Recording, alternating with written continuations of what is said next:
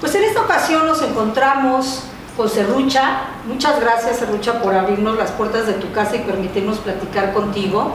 Y para definir un poco quién es Serrucha. Serrucha es una artista visual mexicana, feminista, activista cultural, que usa la fotografía y también otros medios para realizar instalaciones donde se intervenga el espacio público. A lo largo de sus proyectos ella ha integrado la participación ciudadana también como una parte fundamental para visibilizar a grupos minoritarios y para también exponer la defensa de los derechos humanos. Ella tiene una licenciatura en fotografía y también ha realizado estudios en sociología y diseño industrial. Serrucha, decíamos, usa la fotografía, el performance, la intervención del espacio público como sus medios principales para cuestionar este constructo social en el que estamos y de esta manera propiciar un diálogo y una reflexión. Y busca también que su obra tenga un discurso político, lo cual se nos hace súper interesante, ¿no? Y bueno, es evidente que quisiéramos definir un poquito por qué Serrucha. Y Serrucha viene del latín ser, que es para existir, pero también ella lo usa haciendo una metáfora de serruchar, serrucha el presente, porque es esta herramienta que le permite utilizar el arte para abrir la mente de quien observa la obra, lo cual se nos hace verdaderamente excepcional, ¿no? Porque qué interesante cómo desde tu nombre tú estás ya abriendo estas posibilidades, ¿no?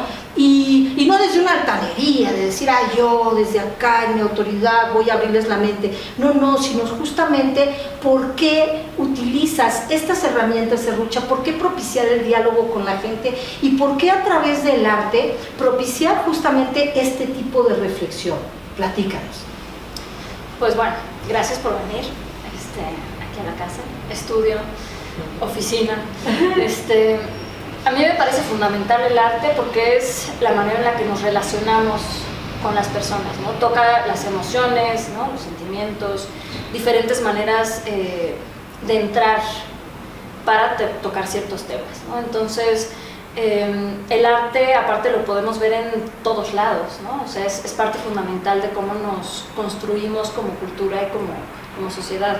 Entonces, a mí me parecía fundamental meter la parte artística, que es parte de lo que hago, y la parte política, ¿no? Porque queramos o no, el arte hace política, el arte es político, tiene siempre un posicionamiento, entonces podemos escoger cuál de ellos tener o no, ¿no? Entonces, el no pronunciarse, el decir mi arte es apolítico, para mí me parece completamente falso. Y es decidir no tomar una postura frente a lo que esté sucediendo, ¿no? Creo que también es un privilegio no pronunciarse ante todo lo que se está viviendo, no solo en el país, sino en el mundo. Entonces, a mí me parece fundamental poder utilizar diferentes estrategias creativas y crear dispositivos que nos permitan relacionarnos de manera distinta. Creo que la potencia de vivirlo, no solamente leerlo, leer una cifra o teorizar sobre cómo podríamos relacionarnos diferente, sino cómo se vive en el cuerpo, te permite abrir posibilidades, ¿no? Decir, sí se puede. Lo viví por este tiempo, pero sí se puede, ¿no? No es una utopía completamente. Entonces, y a mí me gustaría preguntarte de esta otra beta que evidentemente integra tu quehacer y es justamente tu posicionamiento político, que es el feminismo, ¿no? Los feminismos, y cómo abrazas esto.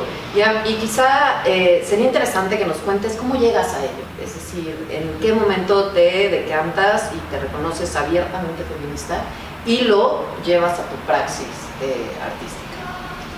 Pues creo que pasó un poco a la inversa, ¿no? Lo llevé a la praxis y después empecé como a entender que eso era lo que estaba haciendo. Creo que desde que nos toca vivir como mujeres, ¿no? Reconocernos y vivir como mujeres en un contexto como México, te hace obviamente vivir y ser sensible a las violencias que están aquí, ¿no? Entonces, partir de ahí, partir de las violencias, que no solamente suceden a tu alrededor, sino de maneras personales, pero el también poder estudiar en otro lado y ver como esas contradicciones lo deja más claro, ¿no? Entonces, creo que desde que empecé a hacer fotografía, empecé a meter estos temas sin saberlo porque era algo que me interesaba, y a raíz de que estuve viviendo en Canadá 7 años, allá empecé a hacer también proyectos que me interesaban y que tenían definitivamente una línea feminista, pero que allá no encontraban tanta resonancia, ¿no? Porque el contexto es muy distinto. Entonces, conforme fui avanzando en mi carrera, pues sí, ya fui como identificando cuáles eran y me fui metiendo más hacia los feminismos, pero no me nombraba como tal, ¿no? Y creo que era por justamente vivir allá, no había una necesidad política de nombrarse feminista, ¿no? Porque allá no hay una contradicción en ello. Entonces, cuando regresé a México, dije, no, por supuesto que tiene que haber un posicionamiento en todos lados, ¿no? Y tú podrías decir que justamente este intercambio que tú tienes con otra cultura, con otros grupos, porque en efecto, como bien lo mencionas, bueno, pues Canadá tiene otra manera de organizarse socialmente y culturalmente, y cuando regresas a México y notas esta diferencia, ¿no? Evidentemente me parece que ahí se puede dar un giro a lo que tú estabas haciendo, ¿no? Entonces, ¿de qué manera te pareció a ti importante dar como o presentar esta otra arista en tu trabajo sobre ese posicionamiento? Es decir, ¿qué herramientas utilizaste para decir lo que no necesitabas decir allá cuando te das cuenta que aquí es fundamental decirlo? Pues creo que lo fundamental que era decir era asumirse como feminista y decirlo públicamente, ¿no? Desde allá sí empecé a hacer un proyecto que se llamaba Invisible, que hablaba sobre el machismo, cómo se perpetúa a través del lenguaje, ¿no? Entonces lo empecé a hacer a través de la fotografía y era algo que no resonaba tanto allá, pero que sí me parecía importante. Entonces vine aquí, lo puse en las calles, fue como de las primeras intervenciones grandes que hice, lo puse sobre Insurgentes Sur, por 8,5 kilómetros como pega. Y bueno, estas imágenes igual en Canadá no resonaban tanto. Sin embargo, en el 2014, cuando fue Julián Quibilo a dar una plática allá en el Encuentro Hemisférico de Performance Política, justo estaba hablando de la necesidad de nombrarse feminista, ¿no? Y entonces yo regreso en 2014, en diciembre, y fue, por supuesto, claro que sí, ¿no? Pero ese creo que era el último eslabón que necesitaba yo de decir, por supuesto que es tremendamente necesario, más en este contexto. Creo que en todos, pero más en este, ¿no? Aquí sí es una afronta política, allá no, en ese momento, digamos, ¿no? Creo que ahora a nivel mundial siempre ha sido necesario, pero ahí creo que no había una madurez política lo suficientemente consolidada, ¿no? Y cuéntanos un poco de qué supone el espacio público, porque ciertamente tu mayor cantidad de proyectos justamente allí suceden, ¿no? Van acompañados de muchas otras prácticas y actividades, pero ¿por qué el espacio público? ¿Qué importancia tiene para ti? ¿Y por qué salirse de ese circuito, digamos, tradicional del arte y del arte con mayúsculas? Háblanos un poco también de ese posicionamiento que creo que también es político en sí mismo dentro del arte. Pues para empezar, creo que el espacio público es no solamente la calle, ¿no? Sino todos estos espacios que podemos ocupar diferentes personas y que no necesariamente es democrático. Muchas veces se piensa el espacio público como es democrático para todo el mundo, y no lo es, ¿no? Ni siquiera, aunque las calles estén abiertas, hay muchas personas que se puedan sentir bienvenidas en ciertos espacios, no importa si son parques y diferentes colonias, ¿no? Por ejemplo. Entonces, sí me parece que es muy necesario ir a estos lugares, y porque es en donde nos movemos de manera cotidiana, es interpelar tu cotidiano, ¿no? Entonces, eso hace que tú tengas que vivir de otra manera, aunque sea un poquito, ¿no? Sí te mueve el camino, para empezar. Por otros lados, porque es una presencia, porque es apropiárselo, y porque por excelencia y por una presión sistémica es un espacio que han ocupado los cuerpos de hombres y personas que son más tiradas a la masculinidad, ¿no? Entonces, ocupar ese espacio es retomar algo que también nos pertenece a las mujeres, a las disidencias y cuerpos feminizados.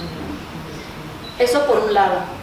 Por otro lado, me parece muy importante y mucho más divertido poder ver cómo es el espacio, crear un dispositivo que esté hecho para ese momento histórico, para ese lugar y para esas personas, porque entonces ahí sí puede haber una incidencia, no solamente expresar cómo me siento frente a algo que puede ser un problema social y exponerlo en un lugar que está pues cerrado, ¿no? Que solo es hecho para cierto público, ¿no? Aún si es abierto a todas las personas, entre comillas, cómo esté estructurado, no tiene esa apertura, ¿no? Entonces, me refiero a que muchas personas no se sienten bienvenidas en diferentes galerías, en diferentes museos, etc., ¿no? Entonces, eso por un lado.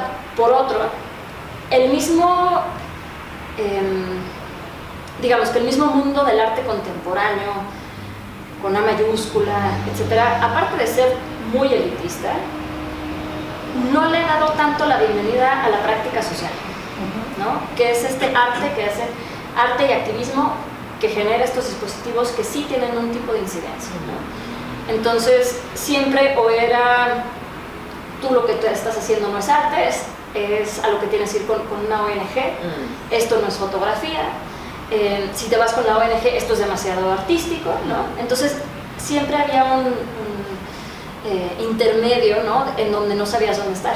Y justo por eso yo empecé a nombrarme activista, porque era encontrar un lugar, ¿no? Ahora, con el tiempo y con muchos otros procesos y proyectos como Disidenta, por ejemplo, ya es como, bueno, ya he encontrado mi lugar, puedo deshacerme de esta categoría y realmente entrarle a lo que estamos haciendo, que es práctica social, ¿no? Entonces, eso, me parecía muy importante tener otro espacio, porque no es lo mismo.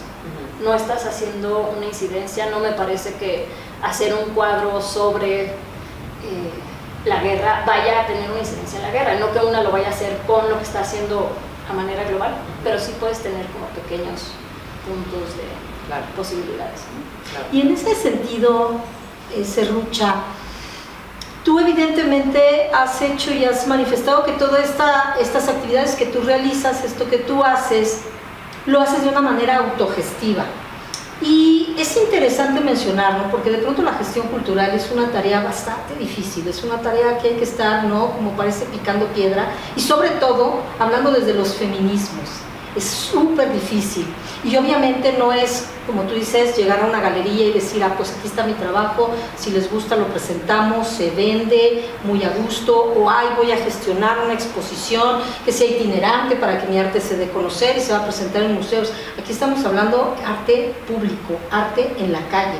Entonces también nos parece interesante comunicar, porque si algo que acá desde Antidogma buscamos hacer o perseguimos es también de pronto antojar del otro lado lo que se hace en todo este camino, ¿no? Que tú puedas servir también como una inspiración para tanta gente que siente que de pronto tiene algo que decir y no encuentra las formas, no encuentra los caminos, ¿no? Entonces, me gustaría que ahora platicaras un poco sobre esta parte del gestionar tu trabajo, ¿no? Porque evidentemente pues hay que desayunar, comer, cenar, vivir, vestir, etcétera, ¿no?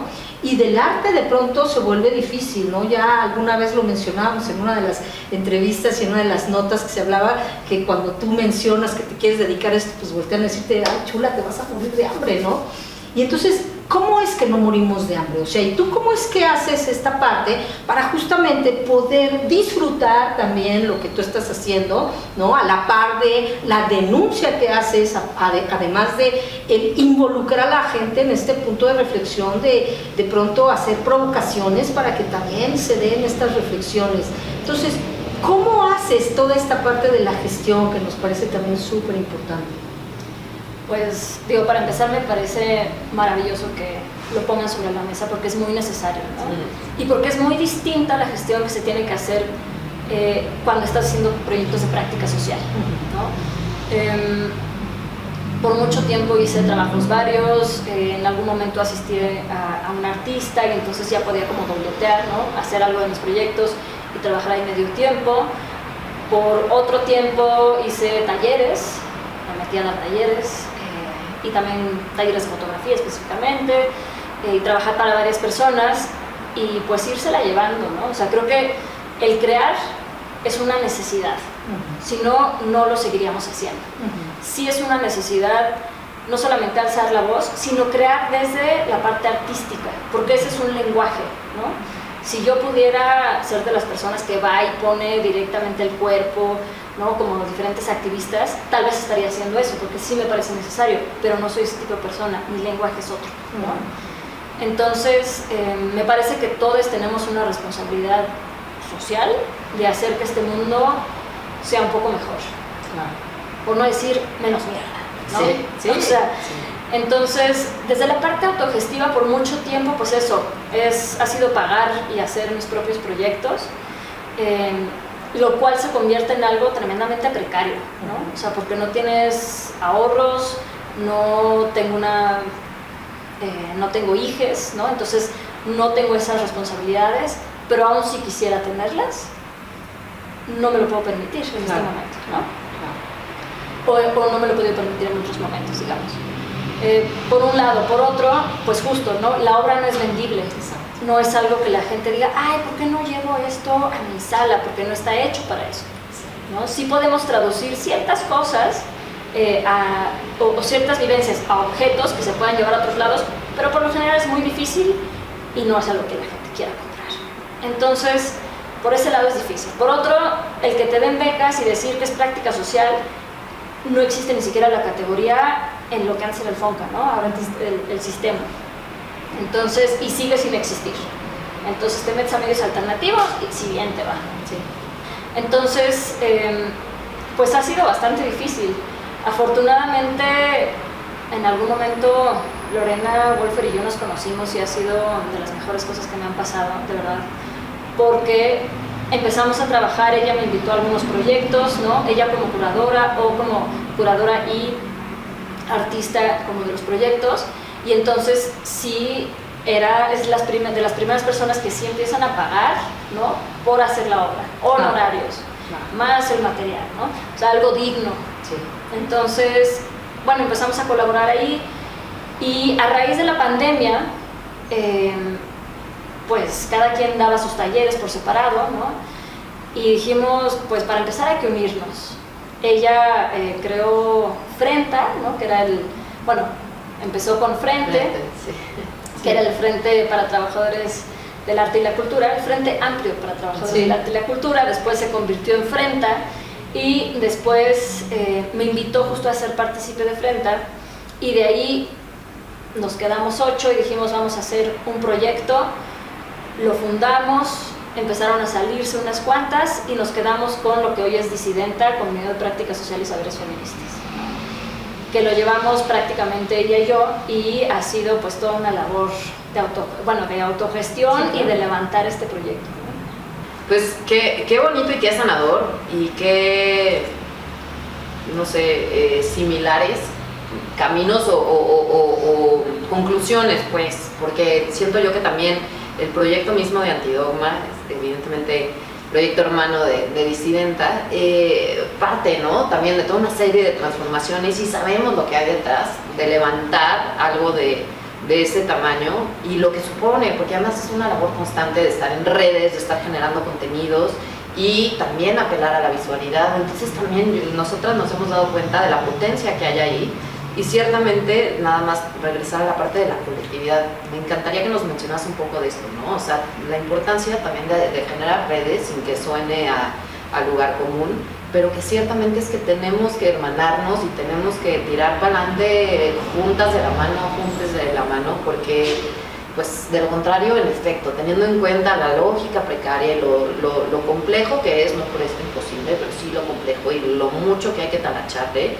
el irnos abriendo caminos y ir compartiendo experiencia también eso resulta pues bien de pronto como un cariñito así que dices, ay, estamos en las mismas, ¿no? No somos las únicas locas ahí picando piedra o yendo de pronto contracorriente, entonces háblanos un poco también de esas partes, ¿no? Sí, me encanta poder justo tener esos ecos, ¿no? Porque sí es a veces muy desesperanzador, ¿no? De picar piedra, ver que dices, ¿para qué estoy haciendo esto? No ves a tu gente, estás matándote ahí, autoexplotándote, ¿no? Y dices, ¿y esto como por qué estoy perdiendo mi vida en esto? y cuando salen las cosas dices, ay, no, ya me acordé, ¿no? Ahí está. Y definitivamente, o sea, la colectividad creo que es muy necesaria, y más en una ciudad tan grande como la Ciudad de México, es difícil hacerla, ¿no? Porque está hecha para fragmentar. Entonces, digo, de todas las jodidezas que nos trajo la pandemia, por lo menos una cosa chida sí fue el reforzar el que no la armamos si no hay comodidad. Así es. Entonces, justo, pues fue esta iniciativa de Lorena de invitarme a mí cuando ya tenía este proyecto de Frenta junto con María Minera, invitarnos a varias más y que al final de cuentas nos fuéramos decantando, ¿no? De qué es lo que queríamos hacer, y pues que nos quedamos en un inicio Lorena Wolfer, María Laura Rosa y yo, y nuestras madrinas Magali Lara y Mónica Mayer, y que es muy importante nombrarlas porque ellas sí nos han apoyado no solamente como para sacar el inicio de lo que ahora es Disidenta, sino para irlo sosteniendo en el tiempo, ¿no? Ya sea entre el apoyo moral, el apoyo económico y meterle mano, ¿no? Y hoy en día, pues sí, definitivamente Lorena y yo hemos estado sosteniendo el proyecto, pero afortunadamente ya hemos ido pudiendo generar una equipa, ¿no? Entonces ya estamos Fer en diseño, Natalie con redes, Clau en gestión, ¿no? Y por proyecto ya podemos empezar a hacer cosas, y sí hemos visto que podemos hacer mucho más juntas, ¿no? Ha sido extenuante, las dos estamos quemadísimas, ¿no? Y justo cada 10 minutos decimos, ¿y si tiramos la toalla? Y creo que no lo vale, y si sí lo vale, ¿no? Y de repente sale algo y decimos, ay, no, creo que sí, y si lo modificamos, ¿no? Entonces, vamos cambiando Disidenta a cada paso que damos, ¿no? Para llegar al lugar en donde queremos estar, pero también porque lo que se ha ido creando ahí ha sido ser lo más congruentes posibles con esta perspectiva feminista en la que sí creemos, ¿no? Que es cómo nos podemos relacionar también laboralmente de una manera distinta a la que ya está impuesta, ¿no? Que es, sí estamos quemadas, pero lo podemos hablar, pero cada vez que ya vamos a tirar la toalla o ya nos vamos a echar para atrás, decimos, ¿y si lo reformulamos?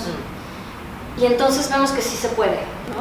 O sea, como yo que... quiero que me expliques, porque yo no entendí muy bien. Estamos muy quemadas, quiere decir que... Porque muchas veces yo lo entiendo como, ay, está muy vista, pero ¿qué quiere decir estamos muy quemadas? Me encanta que hagas esa aclaración. Sí, explícanos porque qué es puedo esto. profundizar en la quemazón. Exacto. Y que es muy importante, ¿no? O sea, el visibilizar lo que conlleva hacer este tipo de proyectos.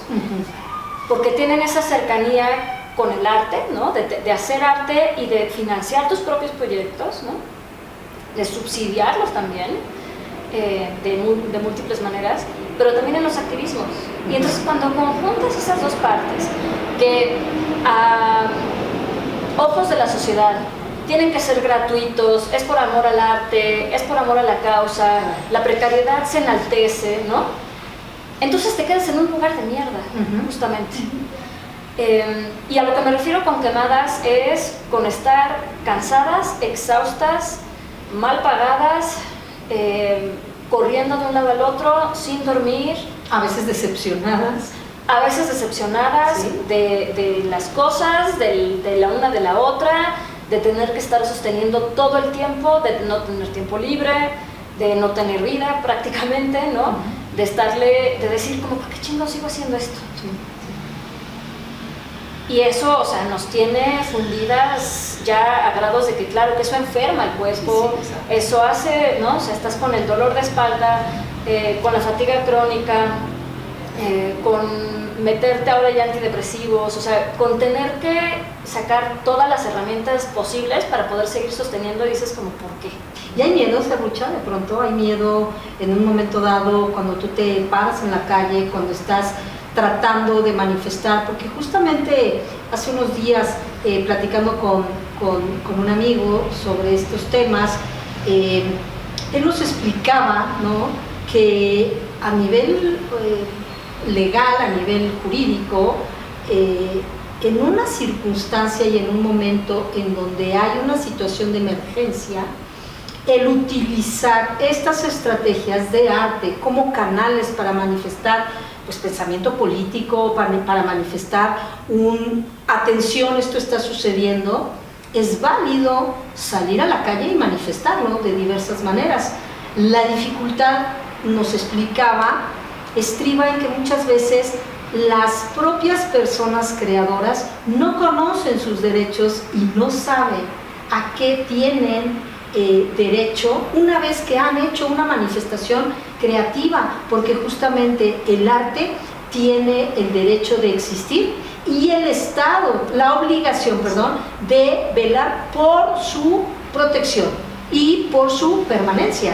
Entonces de pronto digo, bueno, aquí tenemos un vivo ejemplo, esta antimonumenta que está ahí en la glorieta de las mujeres que luchan, es decir, que no nos podemos verdaderamente en este momento dar la oportunidad de presentar, de gritar esta lucha incansable, esta lucha más que justificada en momentos donde 11, 12 feminicidios al día, que no justifican el que esté una presencia ahí hacia la gente, pero entonces me pregunto, ¿de pronto hay miedo? Yo creo que yo no es que sienta miedo en ese sentido, o sea, no hay un miedo de no saber los derechos, más bien creo que me siento más amparada justamente por estar más metida en los feminismos y tener compañeras que sé que son abogadas, tener justamente una de las complejidades de la práctica social y de esta parte activista con lo artístico es que tienes que saber bien de las dos, ¿no? No es nada más, bueno, voy a perfeccionar mi práctica fotográfica. No tengo tiempo para eso porque tengo que aprenderme los derechos de esta parte, ¿no? Para poder vivir una vida libre de violencia y para poder no sé qué, o sea, tienes que meterte y clavarte y hacerte ser especialista en esta parte también, sí. Entonces, y tener lazos con esa gente, ¿no? Entonces, creo que ya el ir afianzando esas alianzas es como un respaldo fuerte, por un lado. Por otro, yo por ejemplo, en donde sí he sentido más miedo, si lo quieres llamar así, o decir, aquí voy a poner mi límite y me voy a retirar, ha sido en fotografiar las marchas feministas, ¿no?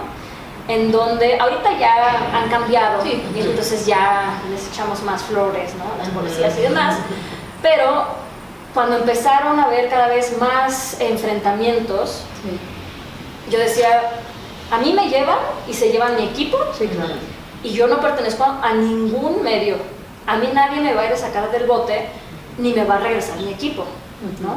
Me van a ir a sacar mis compas, sí, mi familia, ¿no? Etcétera, para de contar. ¿Y qué voy a hacer si eso también es mi modus vivendi? Entonces no voy a tener mi herramienta de trabajo. Sí.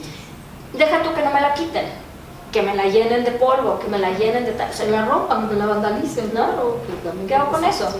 Entonces, y también pues a la integridad de cada persona, ¿no? O sea, voy sola, o sea, porque no es que puedas ir con la banda corriendo, no, si tú vas haciendo registro, tú te vas metiendo y bueno, la gente te conoce y demás, porque pues siempre vas a las marchas y tienes a tus compas, pero no hay un respaldo, ¿no? Entonces ahí es en donde me he sentido como más sola, digamos, y de decir, híjole, ¿cómo le hacemos? Pero por el otro lado yo creo que no, o sea, creo que también hay ciertos límites que cada quien se va poniendo, ¿no? De saber justamente aquí, sí sé que si lo cruzo hay una bronca fuerte, o aquí sí nos la podemos echar en conjunto, ¿no? Entonces creo que ese respaldo también es muy importante y ha sido algo muy bonito porque sí es un posicionamiento y un acuerpamiento político. Y precisamente ya para ir cerrando, este trabajo tuyo de registro y de acompañamiento en las marchas a mí se me hace importantísimo, que bueno, además se suma al de muchas otras compas, pero me gustaría tu lectura de lo que has encontrado precisamente en estos muros, ¿no? ¿Qué lamentos, qué gritos, qué consignas que a ti verdaderamente, claro, al hacer una captura y un registro, ahí también hay un posicionamiento, creo yo, que es con miras al mañana, a que esto quede resguardado y quede asentado y el día de, yo qué sé, eso, unos años, pueda quedar eso, porque precisamente seguimos dentro de esta lógica del borramiento, ¿no? Y desde los medios, como bien siempre dicen las restauradoras con glitter que pues, hay un discurso también enfocado en denostar y todo. ¿Cómo tú desde tu quehacer, digamos, reivindicarías todas estas manifestaciones, tanto en su dimensión estética, porque además yo ahí encuentro una potencia arrolladora, como en su dimensión política? O sea, creo que es muy enriquecedor no solamente registrar las marchas, sino ser parte de ellas, ser parte de los feminismos, ¿no? Porque entonces justo puedes ir leyendo cómo se va entretejiendo la historia y también puedes ver qué es lo que viene, ¿no? Y gráficamente me parece también muy, o sea, me sabrosea, digamos, porque entonces desde las primeras, y no desde las primeras marchas feministas, sino de las primeras que yo empecé a tomar, porque estaba ya de regreso a México y porque empezaron como con una potencia muy fuerte, fue en 2016, ¿no? Y entonces eran marchas que una podía recorrer y no había muros en ningún lado. Éramos pocas, éramos las mismas siempre, ¿no? Y entonces iban, conforme pasaban los años, iban haciendo más grandes, y hasta hace poco que empezaron a poner estos muros por toda la ciudad, ¿no? Fue un enunciado muy directo del gobierno de decir, no, aparte de que no hay una interlocución real, vamos a cambiar de estrategia y vamos a empezar a levantar muros y dejar que hagan lo que quieran. Al fin de cuentas, no nos van a tocar lo que nos importa, digamos, ¿no? Y por eso hay un siempre estar contra el muro y siempre estarlo rompiendo y demás. Pero realmente, ¿a qué es a lo que estamos llegando con ir a quebrantar ese muro en particular, ¿no? Cuando ya todo está murallado. Entonces, tomar y resignificar los muros, ¿no? De llevarlos a que sean, que tengan escritas los nombres de mujeres que han sido asesinadas a lo largo del país y durante mucho tiempo, ¿no? Es una manera de visibilizar cómo de este lado se está tratando de hablar con un gobierno para que esta violencia estructural pare, se modifique y empiece a tomar acción frente a lo que está sucediendo, y cómo de ese lado no hay una interlocución, ¿no? Entonces es muy diciente y es muy transparente el cómo reacciona el gobierno, ¿no? O sea, reacciona con denostar, reacciona con gas pimienta, reacciona con sacar a la policía, ¿no? Reacciona con ir a casas de ciertas compañeras feministas un día antes de la marcha para ver qué les pueden quitar, para ver cómo pueden allanar el espacio, ¿no? Y amedrentar. Entonces, de esas maneras se está actuando también a puerta cerrada, ¿no? Por ejemplo, hablábamos de las vallas que existen dentro de la Fiscalía.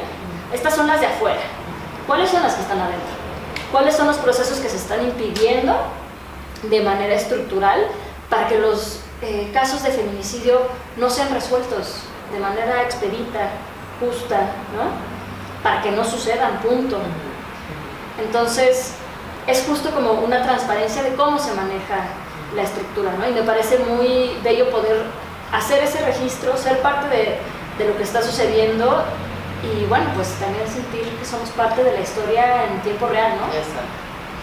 Y también yo creo, Serrucha, es importante mencionarlo porque cuando se dan logros, ¿no? Cuando se llega a conseguir algo, por ejemplo en el caso de Irene Buendía, ¿no? Cuando se da ya finalmente el veredicto, cuando se da la sentencia, yo creo que es algo pues muy potente y también muy inspirador, porque entonces corroboras y compruebas que esta lucha colectiva, que esta lucha hermanada, que esta lucha sorora deja algo, ¿no? Y que finalmente, tú lo has dicho, ¿no? Ahí están los muros, pero pues las paredes hablan también, y entonces justamente te impiden llegar a algún lugar, pero a la vez se vuelven también pues lienzos en blanco a través de los cuales pues se comunican los mensajes, ¿no? Entonces en ese sentido pues nos parece que el arte público finalmente es importante, es necesario y es urgente también trabajarlo, y sobre todo el hacer también estos registros, ¿no? Que es un poco la finalidad que perseguimos al hacer todo este tipo de pláticas y demás, que en otros momentos, ¿no? Estas herencias culturales inmateriales que estamos pues grabando aquí, que estamos testimoniando, en otro momento podamos ya constatar que a lo mejor van a tener otra lectura, esperamos que así sea, porque justamente estas luchas tienen que estar dando resultados, los están dando, los están arrojando, por eso seguimos y cada vez hay más gente haciendo este tipo de de actividades, ¿no? Entonces sí, como para cerrar, Serrucha, pues sí nos gustaría un comentario final, ¿no? Sobre esta importancia del arte público, también de verlo, de leerlo, de interpretarlo, ¿no? Y de saber qué está pasando, ¿no? Con la gente que quiere manifestar pues estas cuestiones, ¿no? Pues justamente me parece que la práctica social, ¿no? Y llevada al espacio público tiene la potencia de subvertir y de cambiar la estructura de las relaciones sociales que se dan en un cierto espacio, en cierto momento, ¿no? Y me gustaría, por ejemplo, compartir un proyecto que hice recientemente en Guadalajara, que se llamó Poner el Cuerpo, que todavía está en proceso de edición, y fueron pláticas entre compañeras feministas que van a las marchas y el cuerpo policial de Ateneas que cuida o que va a las marchas. No necesariamente cuida, ellas se pronuncian así, cada quien tiene su opinión. Claro. Pero bueno, la práctica social permite meternos y crear estas conversaciones improbables pero no imposibles, ¿no? Cuando tal vez el periodismo no se puede. Claro. Cuando tal vez otras formas de hacerlo es demasiada confrontación y esto es un espacio liminal que es muy bueno para ello, ¿no? Y la necesidad, por ejemplo, de establecer este tipo de conversaciones en donde podemos vernos entre personas, entender el entramado, ¿no? que conlleva y los privilegios, responsabilidades y demás estructuras jerárquicas, ¿no? Pero poder conversar con personas con las que no estamos de acuerdo, ¿no? Entonces tiene la potencia de decir, en este momento sí nos podemos sentar a platicar, en este momento, por ejemplo, podemos tener una equidad en ciertos puntos, ¿no? ¿Cómo es tu maternidad? ¿Cómo es tu vivencia del cuerpo? Para ti, ¿qué es esto, no? Y eso también nos permite ir avanzando y entender, a mí me parece fundamental como persona, buscar entender en dónde estás tú en toda esta estructura, ¿no? Y eso es lo que me parece que te permite también no solamente la práctica social, sino situarte, ¿no? Y eso también te permite poder meterte en los intersticios y empezar a quebrantar un poco esa estructura, ¿no? Si siempre está mediada por un patriarcado, por un colonialismo, etcétera, y mediada por estas relaciones jerárquicas, ¿qué pasa si yo trato de nivelarlas de otras maneras? No estarán iguales, pero están distintas. ¿Qué pasa ahí, ¿no? Entonces, me parece que tiene esa potencia y me parece que es de las únicas maneras en donde realmente podemos hacer cambios de la cultura hacia la cultura, ¿no? Que es lo que se necesita. Podemos tener leyes maravillosas, pero si quien las ejerce no tiene un cambio cultural, que aparte toma muchísimo tiempo, no se puede hacer nada, ¿no? Pues qué rico escucharte, de verdad. Como te decía, yo me voy más tranquila con todas mis ansiedades un poco más un poco domesticadas, y ciertamente a seguir para adelante, porque cambiar la cultura es lo que más cuesta, pero es lo que más necesitamos. Agradecerte enormemente de nueva cuenta que nos hayas recibido aquí, y agradecer también a Antonio Morales, que se encuentra detrás de cámaras haciendo todo esto posible. Bueno, a mí me gustaría también agradecer que ustedes hagan esta labor en Antidogma, o sea, de compartir las ansiedades, de dar espacios para que, pues, artistas, activistas como yo podamos estar aquí también y contarlo, y también seguir haciendo esta chamba que sí sabemos para dónde va y por qué la hacemos, pero que también es ir a contracorriente y que es muy dura, ¿no? Sí, desde luego. Pues muchísimas gracias, Serrucha, nuevamente. Gracias, Antonio. Gracias a ustedes, Antonio. Muchas gracias también.